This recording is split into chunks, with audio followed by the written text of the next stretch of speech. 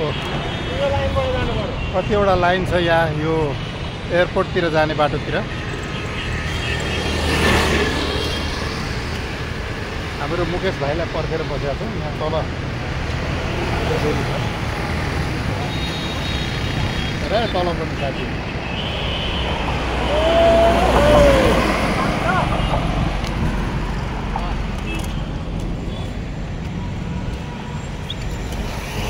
थोरै घाटि दिनु तेरोमा सकेछ